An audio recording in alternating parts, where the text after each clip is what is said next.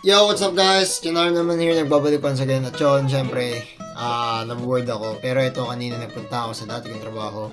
Shout out sa Mount Parker.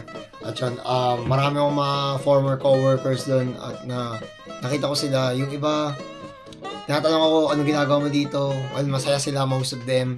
Yung iba naman parang nagulat. Yung iba parang medyo naiilag. Medyo parang nayayabangan ng konti. But most of them, as in like 98% of them na ang saya nila. Ang saya nila kasi limited lang talaga yung oras na nakasama ko sila. Pero ganun pa man, happy ako. Happy ako na nakita nila ako. Happy ako kasi gusto kong i-show sa kanila na hindi ko kayo kinalimutan. Nag-upgrade ako sa buhay pero hindi ko kayo kinalimutan. Yun ang gusto kong sabihin sa kanila. At syempre, masaya ako na nakita ko sila. At yun, Merry Christmas sa kanila bukas. At yun, syempre, good luck sa mga buhay nila. Talagang yung iba pabalik na Taiwan. Yung iba talaga nagse-separate. Yung iba, nag-travel sa iba't ibang klaseng papeles. Yung iba naman gusto mag-iba ng trabaho, ganun.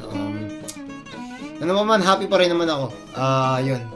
Sa ngayon, once in a lifetime ko na ulit sila nakita, happy na ako doon, sisipat na ako. At yun, di man ako masyado nagtagal, mga 2 hours lang ako sigurado doon. Ganun pa man, happy talaga ako doon. At maraming salamat kanilang lahat. Nagilaw lang ako, tapos medyo awkward nga yung pangyayari, pero ganun pa man, wala pa rin talaga akong pakialam.